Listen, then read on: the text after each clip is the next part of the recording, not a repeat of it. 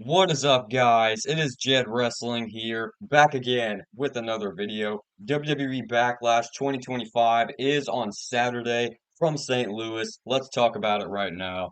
So when I do these predictions, I like to predict the match order, the order in which the matches are going to happen. So first up with the opener, not, pretty hard, not going to lie. I feel like there's not very many like viable openers for this show as much as there is like an obvious main event.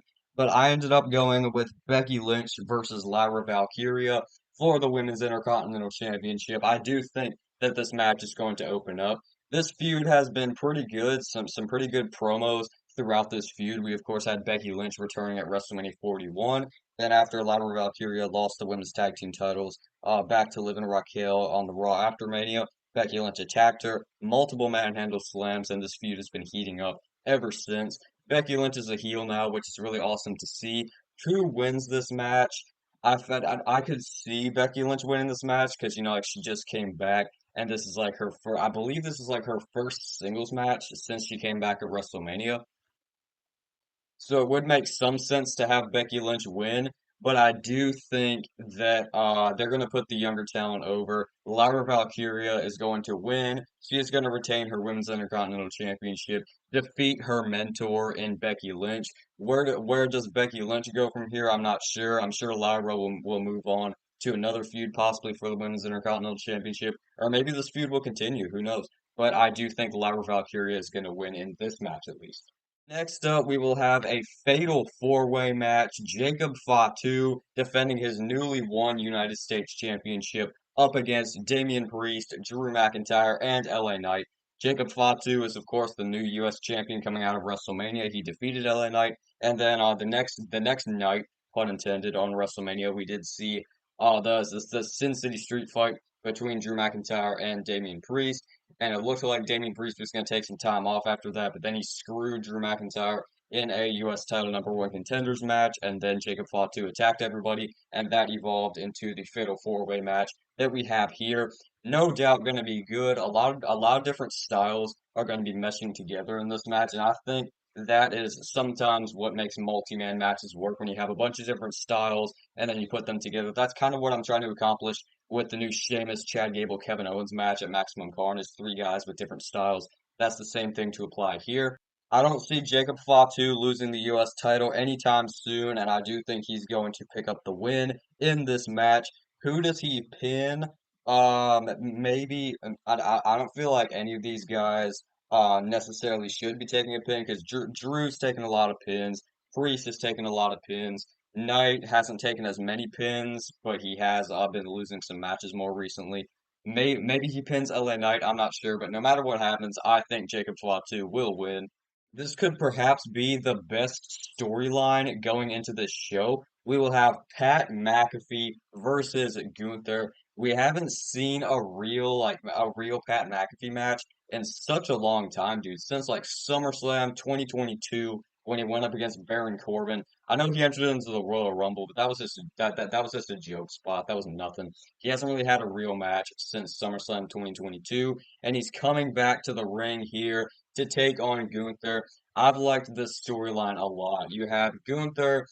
He took issue with Michael Cole and Pat McAfee yeeting and being very opinionated on commentary, so he attacked them. He choked out Michael Cole, and then when Pat McAfee tried to save him, he choked out Pat McAfee as well. This all happened on the Raw after WrestleMania. Then Gunther got suspended. Then Pat McAfee asked Adam Pearce to lift the suspension, which happened, and now this match is being made official for Backlash.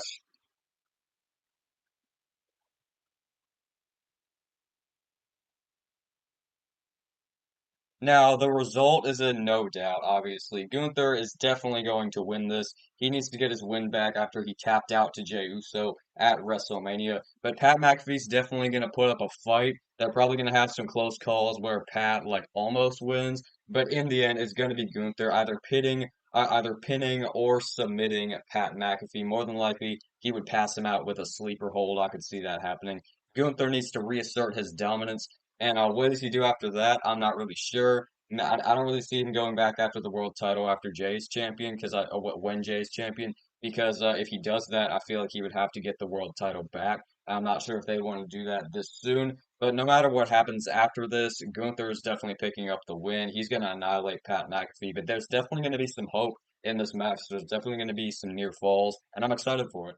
Our main event of Backlash, and the one that I'm most excited for, John Cena versus Randy Orton for the undisputed WWE Championship. You know what would really be cool? If we saw John Cena go from this to this. Yup, I think Cena should bring back a remastered version of the Spinner Championship.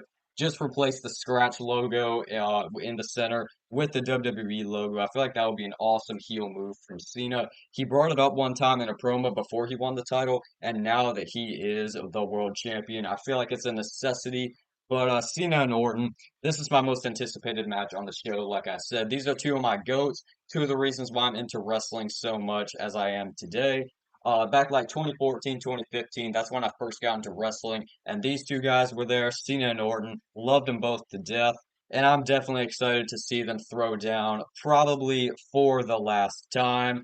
And definitely gonna hurt to see that this match has no chance of ever happening ever again. But let's cherish it while it is going on. Cena, of course, he won the title at WrestleMania, and then we haven't seen Cody Rhodes since. John Cena's been cutting some promos ever since then, like how he only has like 27 dates or something left. And then Randy Orton has stood tall in all of their confrontations with RKO's on John Cena. I feel like on SmackDown, when Cena shows up, I'm pretty sure John Cena's advertised for that show. I feel like they could have him stand tall over Randy Orton because he never really stands tall in the brawls. Yeah, his opponent always gets the best of him. This show is obviously going to be in St. Louis, Randy Orton's hometown. He's going to get a big reaction. The crowd's going to be behind Randy Orton. It's going to be like hometown territory, anti-Cena crowds, very Money in the Bank 2011-esque, very One Night Stand 2006-esque. It's going to be the same way for Randy Orton here, but I still think that John Cena is going to win. I really hope Travis Scott doesn't come out, dude. Good grief.